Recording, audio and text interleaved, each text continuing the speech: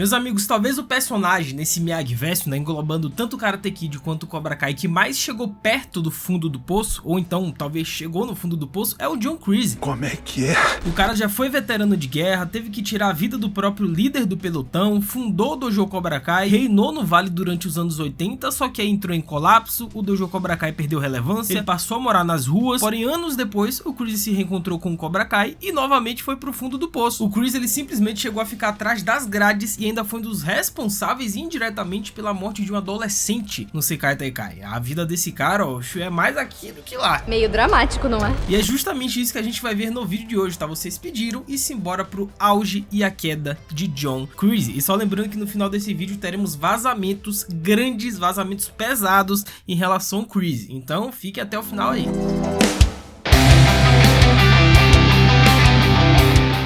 Hello my friends geek, na voz e a bola da vez é o John Kreese, né, interpretado pelo Martin Kove, que é o infame líder e fundador do Dojo Cobra Kai ao lado do jovem Terry Silver e que personifica exatamente a filosofia do sem misericórdia. Tem razão. Afinal, interpretado pelo Martin Kove, né, o Kreese se tornou um dos antagonistas mais memoráveis da franquia Karate Kid e da série Cobra Kai, e sua jornada é marcada por momentos de poder e influência, seguidos por quedas devastadoras, além de uma personalidade moldada por traumas do passado e escolhas duvidosas, né? Porém, como vimos nos flashbacks de Cobra Kai, a jornada do Kreese não começa com o Karate, não começa com o Cobra Kai, começa lá atrás quando ele servia o exército. Pois em Cobra Kai descobrimos que o Kreese foi profundamente impactado, né, por sua experiência militar, onde ele enfrentou situações de vida ou morte que moldaram sua visão de mundo. E durante a Guerra do Vietnã, o Kreese adotou a mentalidade de que somente os fortes sobrevivem, um tema que eventualmente se tornaria o pilar central de sua filosofia de ensino no Cobra Kai. Então, nos anos 80, o Kreese alcançou o auge de sua influência como sensei do Cobra Kai e o seu dojo era o mais respeitado da região do All Valley, né, atraindo jovens promissores como Johnny Lawrence, que se tornaria o seu aluno mais destacado. E o Kreese, ele acreditava fielmente nessa filosofia de sem misericórdia, né, e ele implantou esse negocinho dentro da cabeça dos seus alunos, especialmente do Johnny Lawrence, né, que viria a ser um dos protagonistas no futuro da série Cobra Kai, de que você tem que ter essa postura, essa filosofia pra vida, tanto dentro do tatame, na hora de lutar karatê, quanto no resto da vida. E como a gente viu, durante os anos 80, pedaço dos anos 90, o Cobra Kai reinou no Vale, ganhou vários torneios. O Johnny, por exemplo, antes de enfrentar o Daniel, ele ganhou 2 vezes do All Valley, e o Cobra Kai tava bombado, tava estourado, o Kreese tava em alta nesse momento. Aqui provavelmente era o auge do John Kreese. Nada mal. E o estilo de luta do Kreese reflete sua personalidade, né? É agressivo, direto e focado em explorar as fraquezas do adversário. Ele prioriza a força bruta e a intimidação, ensinando seus alunos a vencer a qualquer custo. E essa abordagem, embora eficaz em competições, revelou-se destrutiva tanto para seus alunos quanto para ele mesmo, né? Como seria evidenciado aí em sua queda. Mas calma que já a gente vai falar sobre a queda do John Kreese, tá? E vai por mim, bote queda nisso. Esse maluco aí já chegou no fundo do poço algumas vezes. Tudo pra você é um desastre. Afinal, o ponto culminante do poder de Kreese ocorre durante os eventos do primeiro Karate Kid de 84, pois com Johnny Lawrence como seu aluno estrela, o Kreese está confiante de que o Cobra Kai vai continuar a dominar o torneio. Só que a chegada do Daniel LaRusso e o seu mentor Sr. Miyagi desafia essa hegemonia, né? E embora o Johnny chegue à final do torneio, ele é derrotado pelo Daniel com o icônico golpe da garça. E para o Kreese, essa derrota representa não apenas uma perda no tatame, mas também uma afronta direta à sua filosofia, velho. Só que o verdadeiro colapso do Kreese, a primeira queda, por assim dizer, do personagem, começa justamente após os eventos desse primeiro Karate Kid, que é quando o Johnny, seu aluno, perde o troféu e ele fica pé da vida com todo mundo. Ele bota a culpa nos seus alunos, de que eles foram fracos, que não tiveram capacidade de vencer um estreante no torneio, que era o Daniel LaRusso. Aí o Kreese briga lá com o Johnny, né, enforca ele, que inclusive é uma cena icônica, né, porque o Sr. Miyagi aparece pra poder ajudar o Johnny, aí dá aquela apertada no nariz do Kreese e humilha ele publicamente. Ou seja, o Sr. Miyagi expõe praticamente as fragilidades emocionais do Kreese e o fato dele não aceitar a derrota de forma alguma.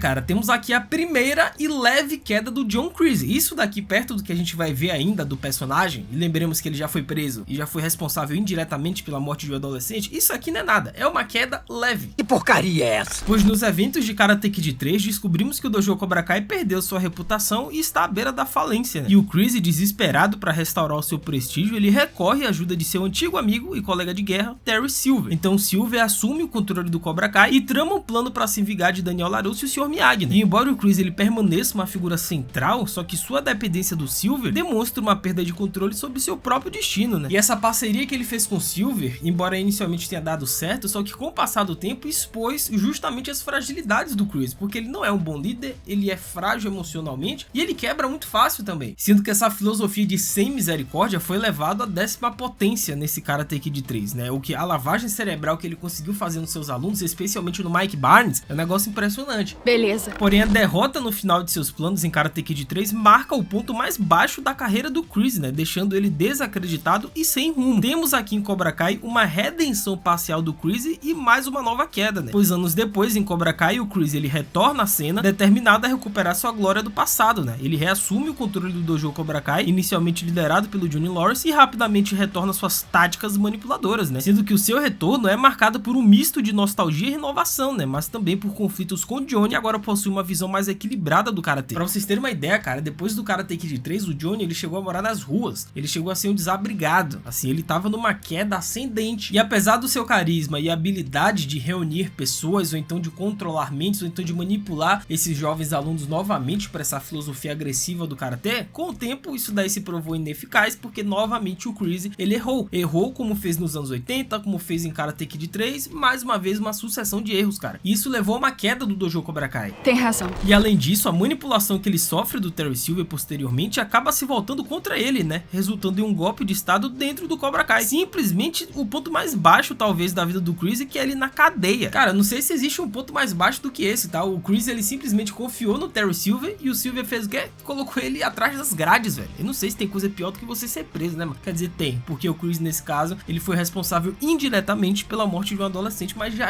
a gente chega lá. Mas ó, pra vocês terem uma ideia, cara, ele já foi morador de rua, ele já ficou atrás das grades. Nossa, a vida do Chris é uma loucura, velho. Meio dramático, não é? Agora, algo interessante é a voadora no like aí embaixo. Aproveita que temos muito que comentar do Chris e alguns vazamentos. Deixa a voadora, se inscreve no canal, ativa o sininho e segue o Geek lá no Insta, tá? @LucasMGeek, eu vou te seguir de volta. A gente vai trocar essa ideia maruta sobre Cobra Kai, sobre os vazamentos, então faz tudo isso que é nóis.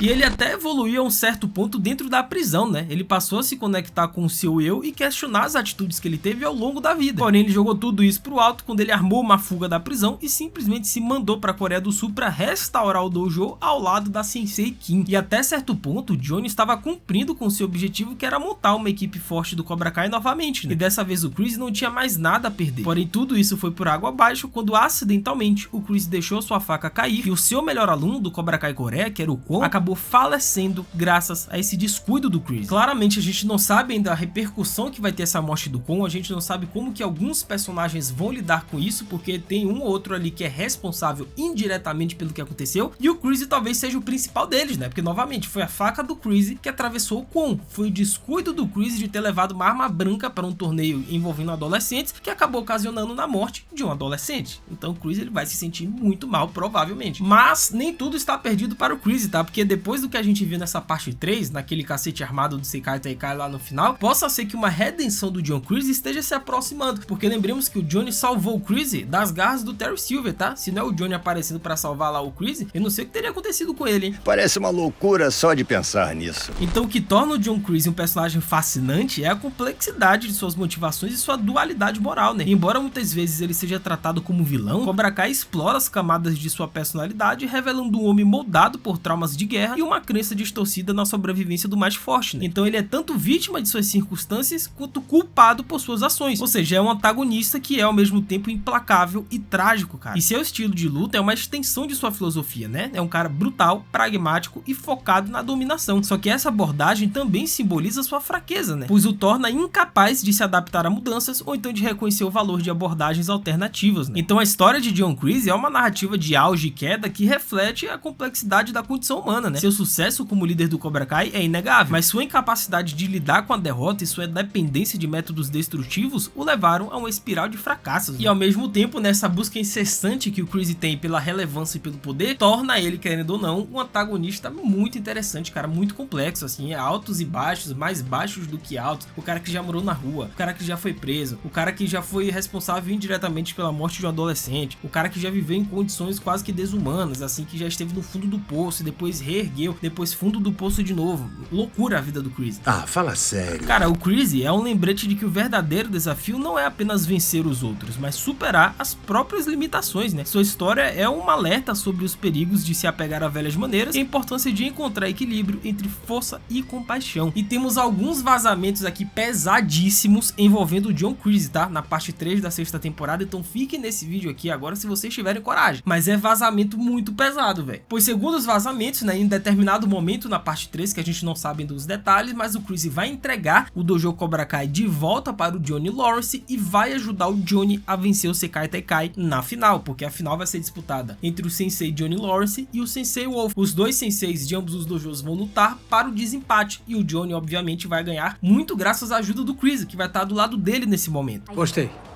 Agora você tá falando a minha língua. Mas, segundo os vazamentos, o Terry Silver não vai gostar da derrota e simplesmente vai incendiar o vale e queimar todos dentro com ele, né? Incluindo o Chris, Johnny e Daniel. Porém, o Chris ele vai salvar a vida da Samantha, ele vai salvar o seu pupilo Johnny e vai ter uma luta em chamas com o Silver, onde ambos vão bater as botas. Ou seja, o Chris ele vai ter a sua redenção se sacrificando pra poder salvar a galera na parte 3 da 6ª temporada das garras do Terry Silver. Cara, dá pra acreditar, mano. Se esse vazamento for real, e parece que é, o Silver vai incendiar o vale, ele não vai aceitar a derrota e ele vai querer queimar todo mundo. E quem vai salvar a galera, quem vai salvar a filha do Daniel, a Samantha, quem vai salvar o próprio Johnny é o Chris. O Chris vai lutar em chamas com o Terry Silver e ele vai se sacrificar pra poder salvar a vida de todo mundo, velho. Olha essa redenção do Chris, velho. Se for realmente isso, o personagem vai sair muito por cima. Nada mal. Mas o que vocês acharam desse auge e a queda do Chris? Comentem embaixo qual o próximo personagem que vocês gostariam de ver aqui nesse quadro, tá? Que eu vou ler e responder todo mundo. É isso, até a próxima. Valeu, falou e fui!